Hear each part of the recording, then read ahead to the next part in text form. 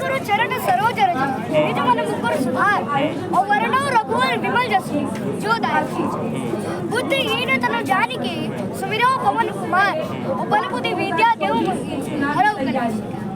अब यहाँ किसी ने बाबा तुलसीदास जी से बड़ा ही सुंदर प्रश्न किया है कि जब आप हनुमान जी की महिमा का गान कर रहे हैं तो इसमें वरणो रघुवर विमल जसु अर्थात भगवान श्री राम जी के विमल मतलब पवित्र चरित्र का वर्णन क्यों कर रहे हैं। तो फिर तुलसीदास ने कहा कि अगर हनुमान जी को बुलाना है तो पहले प्रभु श्री राम जी के चरित्रों का गुणगान करो तभी वे आएंगे, अन्यथा और ऐसे भी हमारे प्रभु श्री राम जी का चरित्र तो इतना पवित्र चरित्र है कि औरों की तो बात चल ही लीजिए। अब यहाँ रावण की दुर्दशा देख लीजिए। रावण गया कुंभकर्ण के पास तो कुंभकर्ण ने पूछा कि क्या बात है लंकापति, बड़े उदास दिखाई दे रहे हो, तुम चिंतित आज दशानन की रावण हर ली हमने श्री सीता जी का किया। कुंभकर्ण बोला अधिकार किया तुमने उन पर, रावण लगती ही नहीं वो और हमारी, वो मेरी और देखती तक नहीं है, वो मेरी और ताकती तक नहीं है।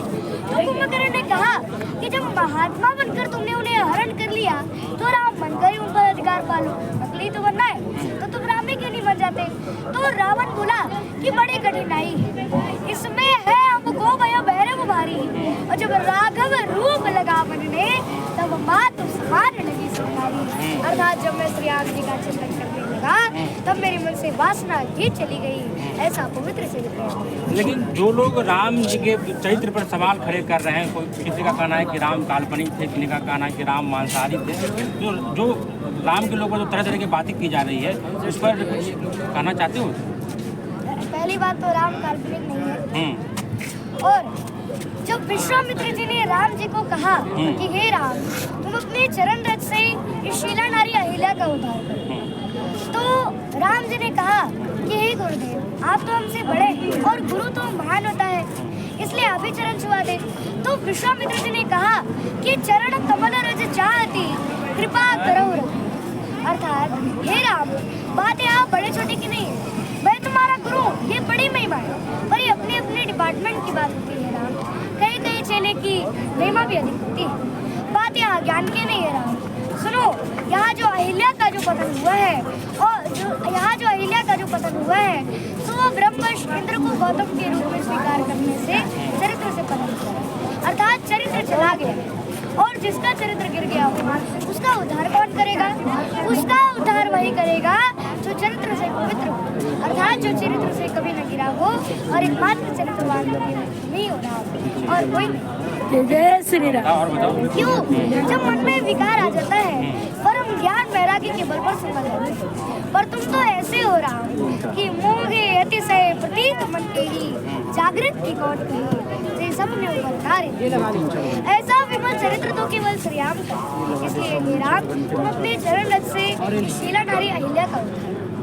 लेकिन चैत्र की बात हो गई, अगर जो हम यहाँ मंदिर की बात करें तो मंदिर से पहले वहाँ मस्जिद बना दी गई थी, बाबरी मस्जिद की बात करते हैं, अयोध्या वाला उसके बारे में। बाबरी मस्जिद था वहाँ पे अयोध्या में हमारे प्रभु श्री राम जी का एक भव्य मंदिर भी निर्माण था, जिसे मुगल आक्रमणकारी बाबर ने उस भव्य मंदिर को तोड़कर उसके ऊपर एक मस्जिद बनाई जिसका नाम था बाबरी मस्जिद। राष्ट्रीय स्वयंसेवक संघ और भारतीय जनता पार्टी की अगुवाई में इस संस्थान को मुक्त करने एवं भारत नया मंदिर निर्मित करने के लिए एक लंबा 6 दिसंबर 1992 ईस्वी को यह विवादित ढांचा गिरा दिया।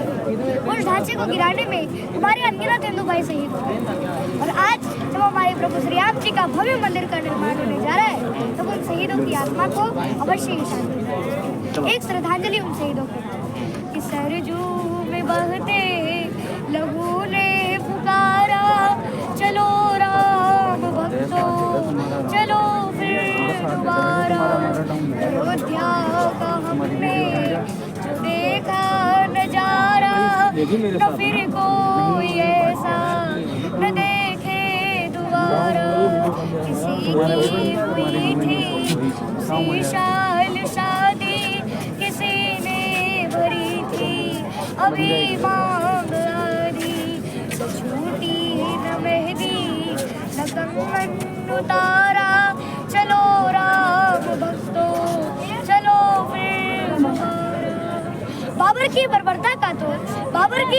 का तो होना मुताबिक होना संभव जरूरी था। मंदिर गिरना मंदिर बनना, मंदिर गिरना मंदिर बनना, ये सब राम की इच्छा थी। कलयुग में मर्यादित रहना सबसे बड़ी परीक्षा थी। जय श्री राम।